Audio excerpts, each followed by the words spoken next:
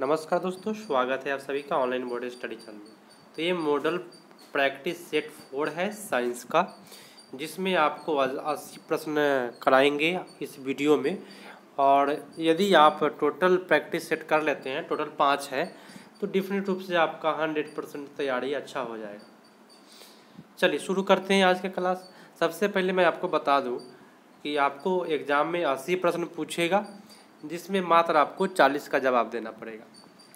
तो प्रथम प्रश्न है, समतल दर्पण द्वारा बना प्रतिबिंब हमेशा वास्तविक होता है, काल्पनिक होता है? वास्तविक तो कभी काल्पनिक होता है, इनमें से कोई। याद रखिएगा, समतल दर्पण में हमेशा काल्पनिक प्रतिबिंब बनता है। आप अपने एग्जाम में दे करके आइएगा। जो लोग भी बताए उनका सही गया। आप लोग अपना आकलन कर सकते हैं 80 में आपका कितना सही जा रहा है, कमेंट करके ज़रूर बताइएगा। जो लोग आ रहे हैं लाइव क्लास में जा रहे हैं उनको आने जाने दीजिए, कोई फ़र्क नहीं पड़ता है, लेकिन आप अपनी पढ़ाई को करके जाए। मैं अच्छे तरीक़ा से समझा करके ऑब्जेक्टिव कराऊंगा, क्योंकि एग्ज़ाम जब देने जाओगे ना तब पता चलता है कि ऑब्जेक्टिव किस प्रकार का साइंस का आएगा। ठीक है। प्रश्न है कि किसी वस्तु का आवर्धित प्रतिबिंब बनता है अवतल दर्पण में, समतल में, उत्तल में, सब प्रकार का। आवर्धित मतलब क्या? 12 प्रतिबिंब।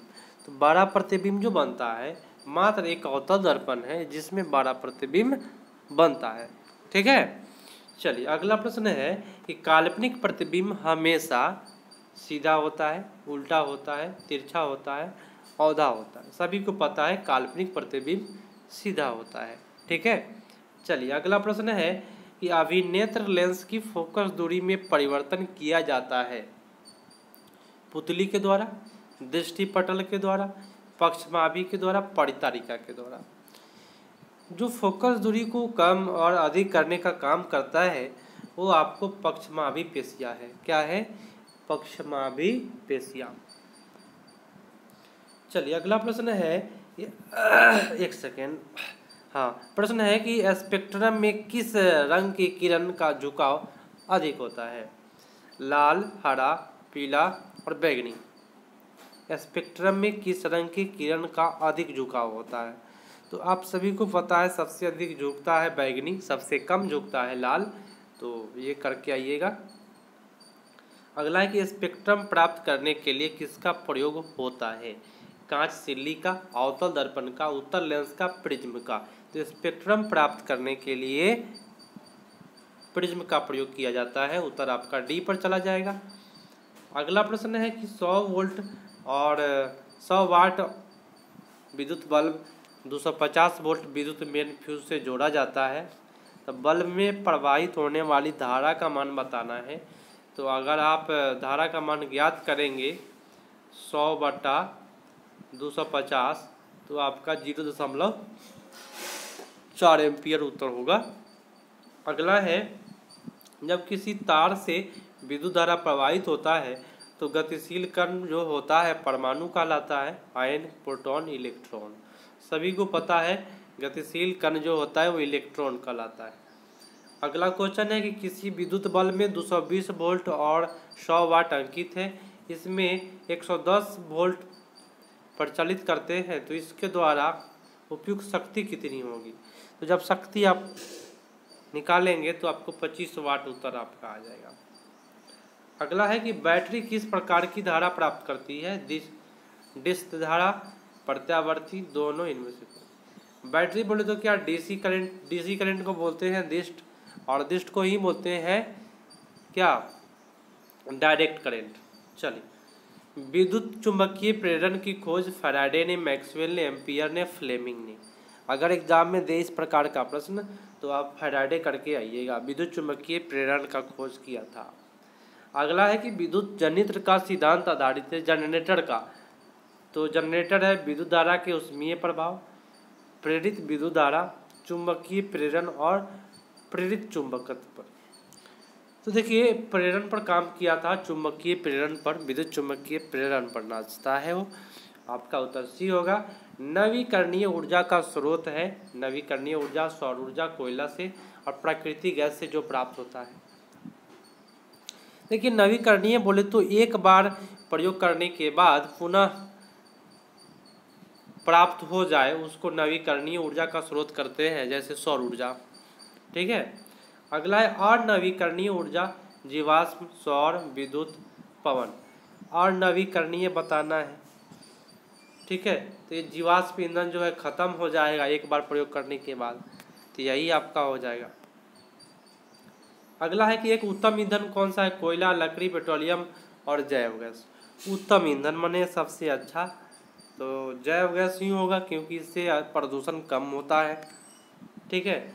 अगला प्रश्न है कि जस्ता है, ठीक है, जिंक, इसको HCl के साथ अभिक्रिया कराना है तनु हाइड्रोक्लोरिक अम्ल से अभिक्रिया के फलस्वरूप कौन सा, तो जस्ता जो है ये बना लेगा क्या, ZnCl2, और ये जो है H2 गैस निकलेगा, तो आपका उत्तर सी पर चला गया। एक बार लाइक कर दीजिएगा आप लोग। और आप लोग का ही कमेंट को मैं देखा कि सर सेट नंबर 4 पढ़ाइए, है ना। कोई स्टूडेंट है कमेंट करके बोला था कल 4 होगा, तो हाँ 4 मैं करा दे रहा हूँ, 5 भी करा दूंगा आपको। ठीक है। उसके बाद दूसरे सब्जेक्ट का मॉडल पेपर लेकर आऊँगा, जितने भी मॉडल पेपर है कराऊँगा आपको। कोई तत्व ऑक्सीजन के साथ अभिक्रिया कर उच्च गलनांक वाला यौगिक निर्मित करता है, यह यौगिक जल में विलय है, तो यह तत्व हो सकता है। जल में विलय वाला तत्व मात्र आपका कैल्शियम ही होगा इसमें। ठीक है। अगला है कि कौन अभिक्रिया अपघटन की अभिक्रिया कौन है, अभिक्रियाओं में अपघटन की अभिक्रिया। अपघटन मतलब क्या, टूटना। ठीक है। बड़ा सा चीज़ टूट जाना, तो अपघटन जो होता है टूटने की क्रिया को कहते हैं। एक बड़ा सा चीज़ टूट जाए, तो देखिए बड़ा सा चीज़ 2 भाग में टूट गया है, तो अपघटन हो गया। पहचानने का तरीका अच्छा यही है, अगर आप इस पर ध्यान दे करके क्लास करेंगे तो दिक्कत नहीं होगी। निम्नलिखित में कौन सा लवण है, तो लवण तो आप जानते हैं क्या होता है, NaCl होता है एक, और नहीं तो धातु का सल्फेट को लवण कहते हैं। तो धातु का सल्फेट तो यही है, पोटेशियम सल्फेट। ठीक है। अगला है किसी लाल तप्त आयरन पर, माने लाल एक लोहा है गर्म कर दिया गया है, जलवाष्प प्रवाहित कीजिए। गर्म लोहा पर जल का वाष्प प्रवाहित करने पर कौन यौगिक बनेगा, बताइए। इसमें से समझ के पढ़ेंगे अच्छा आएगा। देखिए Fe3O4 बनता है। अगला है कि हमारे शरीर का pH मान कितना होता है, एक क्वेश्चन आपके एग्जाम में आ जाएगा आपकी बार 100%। शरीर का pH मान हमेशा पूछता है, तो आपका 7.0 से 7.8 होता है।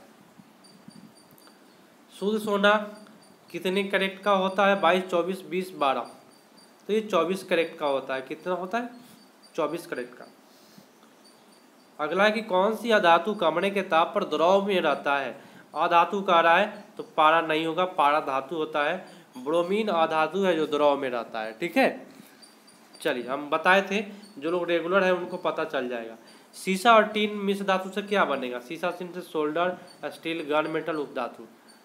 तो सोल्डर जो है, सोल्डर बोलते हैं किसी का जब हाथ टूटता है तो जो प्लास्टर किया जाता है वही सोल्डर है। ठीक है। वो सीसा और टीन मिल करके बनता है, तो उत्तर आपका ए पर जाएगा सबसे बेटर। ठीक है। अगला प्रश्न है कि इथाइल अल्कोहल का अणुसूत्र, इथाइल अल्कोहल में C2H5 होता है, याद रखें इथाइल में, तो यही यहाँ पे C2H5 मात्र आपको बी वाले ऑप्शन में दिखाई दे रहे हैं, तो आपका उत्तर बी हो जाएगा। ठीक है। अगला है कि निम्नलिखित में से कौन सा एरोमेटिक हाइड्रोकार्बन है, एरोमेटिक मतलब क्या, बंद चैन वाला। तो बंद चैन वाला मात्र एक बेंजीन होता है। ठीक है। साइक्लो वाला होता है, तो बेंजीन का सूत्र क्या होता है, C6H6, एरोमेटिक हाइड्रोकार्बन है, याद रहेगा ना। चलिए बेटर है। अगले प्रश्न पर आते हैं, कर लीजिए। देखिए पढ़ाई आपके सिलेबस के अनुसार ही कराया जा रहा है, बिहार बोर्ड मॉडल पेपर। निम्न में किस हाइड्रोकार्बन के 3 आबंध होते हैं, मैंने ट्रिपल बॉन्ड जिसमें होगा अल्काइल श्रेणी का होगा। और अल्काइल में क्या होता है कि कार्बन की संख्या का 2 गुना करके और 2 घटा दीजिए, उसी में ट्रिपल बॉन्ड होगा। तो 2 घटाएंगे 3 दूना 6 माइनस 2 तो 4 आ गया, इसमें ट्रिपल बॉन्ड हो जाएगा। ठीक है। अगला है कि आवर्त सारणी के उदग्र स्तंभ, मतलब इस प्रकार का जो है क्या कहलाता है, वर्ग कहलाता है। और 36 को क्या कहते हैं, तो आवर्त कहते हैं। तो वर्ग की संख्या 18, 36 की संख्या आपको 7। आवर्त सारणी के प्रथम वर्ग के सदस्य को क्या कहते हैं, अम्लीय धातु, क्षारीय धातु, अक्रिय गैस, मिश्र धातु। देखिए प्रथम वर्ग के जो सदस्य होते हैं वो आपका होता है क्षारीय धातु, और दूसरा पूछे तो क्षारीय मृदा धातु। ठीक है। अगला प्रश्न, आवर्त सारणी में शून्य समूह में अक्रिय गैस होता है, तो अक्रिय गैस ए नहीं है, ए नहीं है, हाइड्रोजन नहीं है, हीलियम आपका है। ठीक है। चलिए अगला है कि विभिन्न क्रियाओं के फलस्वरूप बने हानिकारक पदार्थ को शरीर से बाहर निकालना क्या कहलाता है? मतलब शरीर से बाहर मैंने उत्सर्जन कर देना, सीधी सी बात है, किसी से गलत नहीं होगा, उत्सर्जन कहलाता है। ठीक है। अगला है कि एक कृत्रिम वृक्क नाइट्रोजनी अपशिष्ट उत्पादों को रुधिर से किस प्रक्रिया के द्वारा निकालता है? पुनर्अवशोषण, निस्यंदन, आस्तारण, अपवहन। बताए। चलिए अपवहन याद रखिएगा। अगला है कि मनुष्य के शरीर की सबसे बड़ी ग्रंथि बताना है, लीवर है, अग्नाशय है, अन्नाशय है, एड्रिनल। सबसे बड़ा कौन है? तो लीवर है सबसे बड़ी ग्रंथि। ठीक है। अगला है कि ग्वाइटर अथवा घेंगा पनपता है। घेंगा जो रोग होता है वह चीनी के कमी से, आयोडीन के कमी से, रक्त की कमी से, मोटापा से। तो घेंगा जो होता है आयोडीन की कमी से सभी को पता है, किसी को भी ऐसा नहीं होगा कि ये प्रश्न का जवाब नहीं आए। ठीक है। घेंगा रोग, गलकंड रोग, ग्वाइटर रोग। मुकुलन द्वारा अलैंगिक जनन हाइड्रा में, मटर में, शैवाल में, प्लाज्मोडियम में। तो मुकुलन मात्र आपको ये होता है वो हाइड्रा में। ठीक है। अगला है कि कोशिका झिल्ली किस प्रकार की झिल्ली है? प्रगम, अपग्रम, अर्धप्रगम, इनमें से कोई? सभी को पता है कोशिका झिल्ली जो है अर्धप्रगम है, मतलब थोड़ा थोड़ा आपको दिखाई देता है इस पर से उस पर। चलिए आप लोग एक बार लाइक कर दीजिए, अपने दोस्तों को शेयर नहीं करते हैं तो ये सबसे कमी है, क्योंकि आप लोग जब सपोर्ट करेंगे मेरे चैनल को तो मैं आपको एग्ज़ाम तक सपोर्ट करूंगा और ऐसे प्रश्न करा दूंगा एग्ज़ाम के पहले जो आपके एग्ज़ाम में डायरेक्ट आ जाएगा। ठीक है। सपोर्ट मतलब क्या? अपने दोस्त के पास शेयर करना है, अधिक से अधिक जितने भी फ्रेंड हैं शेयर कर देना है। चलिए जीन शब्द किसने प्रस्तुत किया? जॉनसन ने, लैमार्क ने, मेंडल ने, ग्राफिक ने।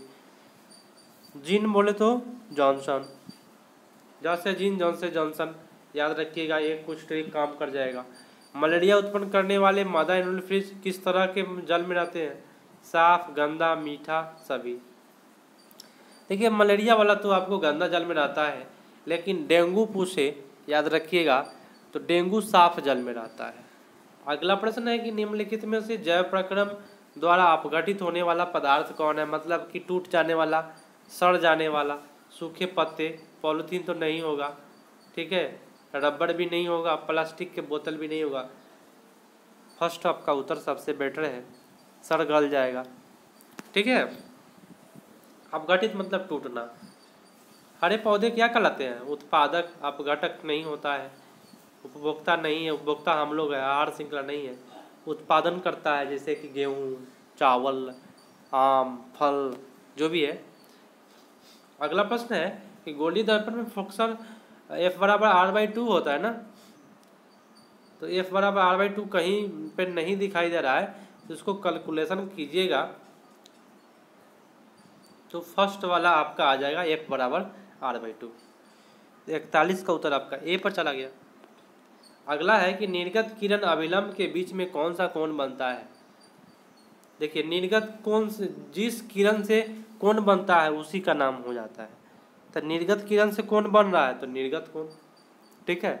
अच्छे से कर लीजिए, जो मैं बता रहा हूँ अगर ध्यान से जो बच्चे कर रहे हैं उनको अच्छा लगेगा। ठीक है। चलिए आने जाने वाले को जाने दीजिए, जाते हैं तो जाने दीजिए, आने हैं आ रहे हैं तो पूरा करके जाइए आप। ठीक है। अपने आप पर भरोसा करना है। 80 प्रश्न कोई मामूली नहीं है, 80 आपका हो जाएगा। 1 मीटर फोकस दूरी वाले, देखिए 1 मीटर का 1 डायोप्टर याद रखिएगा। 1 मीटर का क्या उत्तल लेंस है तो प्लस वाला होगा। ठीक है। उत्तल लेंस में प्लस वाला होता है, अवतल रहता तो माइनस वाला 1 डायोप्टर। आँख, समान आँख के लिए स्पष्ट दृष्टि की न्यूनतम दूरी सभी को पता है कि 25 सेंटीमीटर होता है। अगला प्रश्न है कि किस दृष्टि दोष के निवारण के लिए अवतल लेंस का प्रयोग किया जाता है? तो निकट आ, मैट्रिक बताया था, निकट आ और दूर ऊ, तो यहाँ का है अ वाला, मतलब क्या, निकट दृष्टि दोष। 45 का बी। अगला प्रश्न है कि निकट दृष्टि दोष में किस लेंस का प्रयोग होता है। फिर से आ गया, तो निकट अ ट्रिक है, ठीक है, सही चला जाएगा आपका। 1 वोल्ट कहलाता है, तो 1 वोल्ट जो होता है वो जूल प्रति सेकेंड, जूल कुलाम, जूल एम्पियर क्या होगा, तो जूल प्रति कुलाम को 1 वोल्ट बोलते हैं। ये क्वेश्चन आपको 100% टकराएगा, याद रखिए। तो ऐसे ऐसे प्रश्न मैं कराते रहूँगा, इसमें से और प्रश्न टकराएंगे, ठीक है। जब एग्जाम देने जाइएगा तब पता चलेगा। एमीटर को विद्युत परिपथ में कैसे जोड़ा जाता है। श्रेणी क्रम, पार्श्ववर्त, और ये मीटर से देखिए विद्युत मापते हैं, तो विद्युत मापने वाला आपको हमेशा श्रेणी क्रम में जोड़िए तो अच्छा होगा, और क्योंकि उससे टोटल धारा का मान पता चलता है। चलिए, कौन सा पद विद्युत शक्ति को निरूपित करता है, नहीं करता है। देखिए विद्युत शक्ति को निरूपित नहीं करता, देखिए R² कहीं भी रहेगा वो गलत होगा, ठीक है। तो नेगेटिव प्रश्न पूछ रहा था तो यही उत्तर होगा, ठीक है। ये प्रश्न भी पूछा जाता है हमेशा एग्जाम में, मैं बता रहा हूँ। 1 कूलम तुल्य, 1 कूलम मतलब कितना, ये बताना है, बताए 1 कूलम मतलब कितना होगा 50 का, 1 एम्पियर प्रति सेकेंड, एम्पियर गुने सेकेंड, ठीक है, एम्पियर सेकेंड बोलते हैं। 1 किलोवाट घंटा मात्रक है विद्युत शक्ति का, विद्युत ऊर्जा का, धारा का, इनमें से कोई नहीं। उत्तर आपका होगा क्या, विद्युत ऊर्जा का। किलोवाट घंटा मात्रक है विद्युत ऊर्जा का। 1 विद्युत यूनिट बराबर होता है 1 वाट घंटा के, 1 किलोवाट घंटा के, 1 जूल के, 4.2 जूल के। तो उत्तर यहाँ पे जो जाएगा 1 किलोवाट घंटा के, बी पर। अगला है कि जीवाश्म ईंधन का उदाहरण है कोयला, लकड़ी, गोबर गैस सभी। जीवाश्म ईंधन बोले तो यहाँ आपका होगा कोयला जो होता है वह जीवाश्म ईंधन होता है, ठीक है। अगला प्रश्न है कि गोबर गैस एक प्रकार की क्या है, प्राकृतिक गैस, बायोगैस, लकड़ी, चूल्हा, सभी को जानते हैं बायोगैस गोबर गैस होता है। अगला है कि गोबर गैस का उत्पादन होता है गोबर से, लकड़ी से, कोयला से। तो गोबर गैस का उत्पादन गोबर से होगा, सीधी सी बात है ना। अगला प्रश्न है क्या कि कौन सा उत्पाद लेड नाइट्रेट को गर्म करने से प्राप्त होता है। अगर आप लेड नाइट्रेट को गर्म करते हैं PbNO3 का होल, PbNO3 है ना, तो लेड नाइट्रेट को जब आप गर्म करेंगे तो आपका यहाँ बनने वाला है, ये बन जाएगा आपका नाइट्रोजन डाइऑक्साइड और ऑक्सीजन।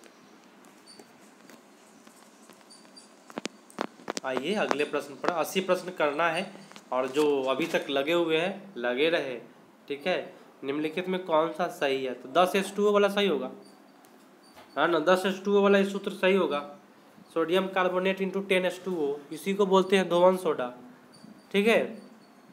गलत नहीं ना कीजिएगा आप लोग, धोवन सोडा, धोबिया सोडा सब बोलते हैं उसको।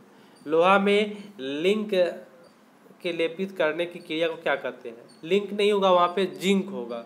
संक्षारण, गैल्वेनीकरण, पानी चढ़ाना, अपघटन।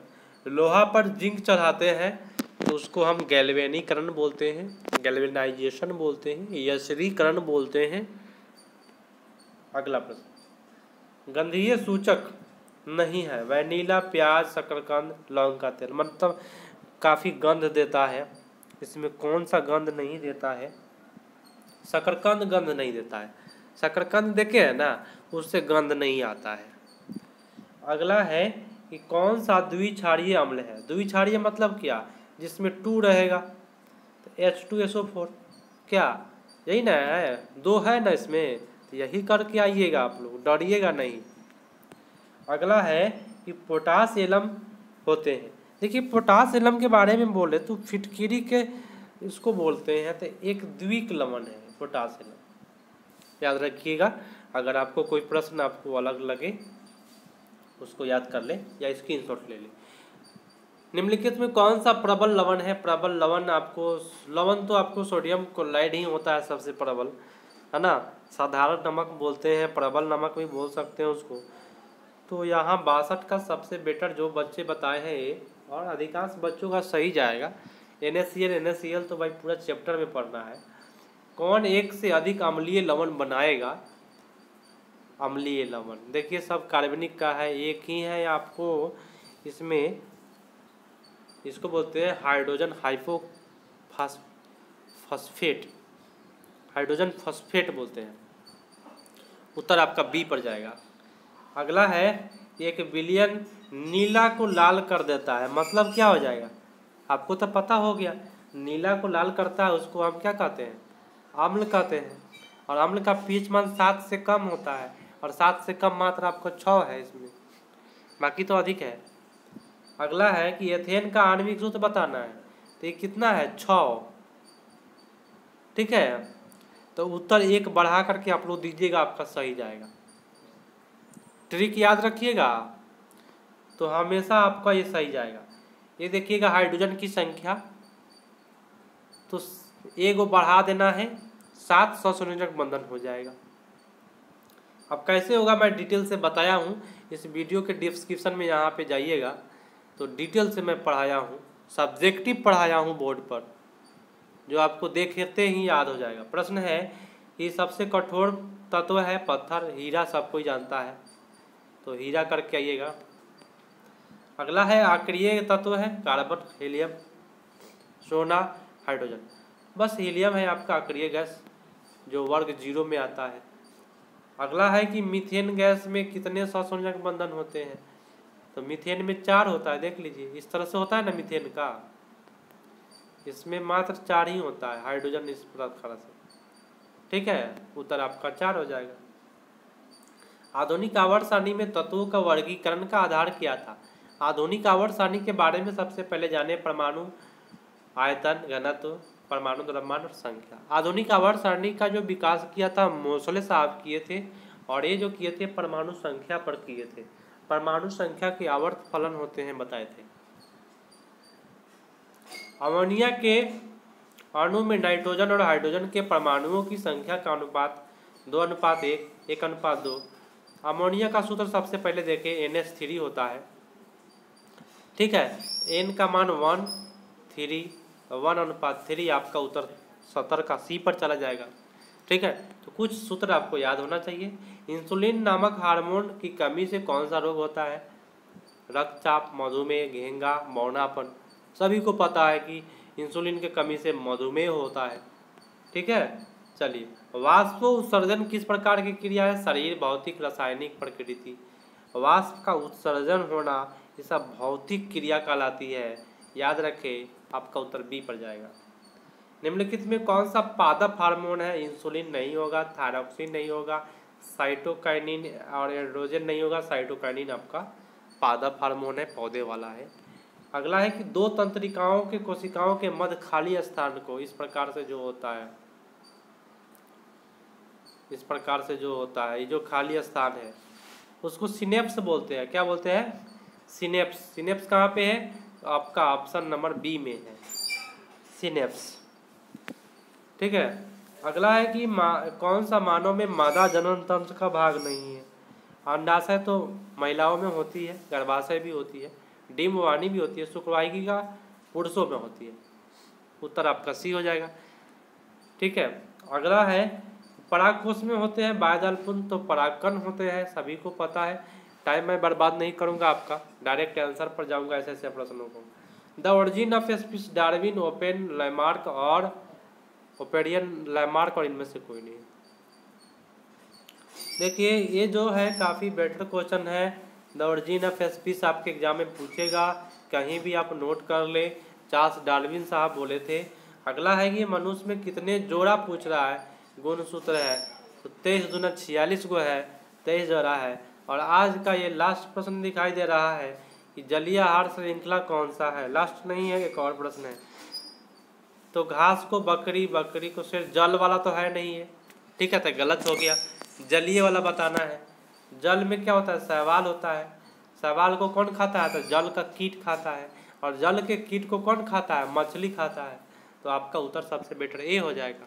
आज का लास्ट है कि कौन सा आप उपभोक्ता के श्रेणी में रखेंगे? हरे पौधे, नीलहरित शैवाल, जानवर, फूल पत्ती। उपभोक्ता माने खाने वाला। तो खाने वाला इसमें तो मात्र जानवर है जो खाता है किसी को, तो उसको उपभोक्ता बोलते हैं। ये सब तो क्या है, उत्पादक है। ठीक है, तो इस वीडियो को जितने लोग आए हैं और देखे हैं लास्ट तक, पूरे ईमानदारी से आपके पास जितने फ्रेंड हैं सभी के पास शेयर कर दीजिएगा। और आप लोग का जब सपोर्ट रहेगा, मैं एग्ज़ाम में ऐसे प्रश्न करा दूंगा जो आपको 100% क्वेश्चन टकरा जाएगा। तो मिलते हैं अगले पार्ट में, तब तक के लिए धन्यवाद। जय हिंद। लाइक करके जाइएगा।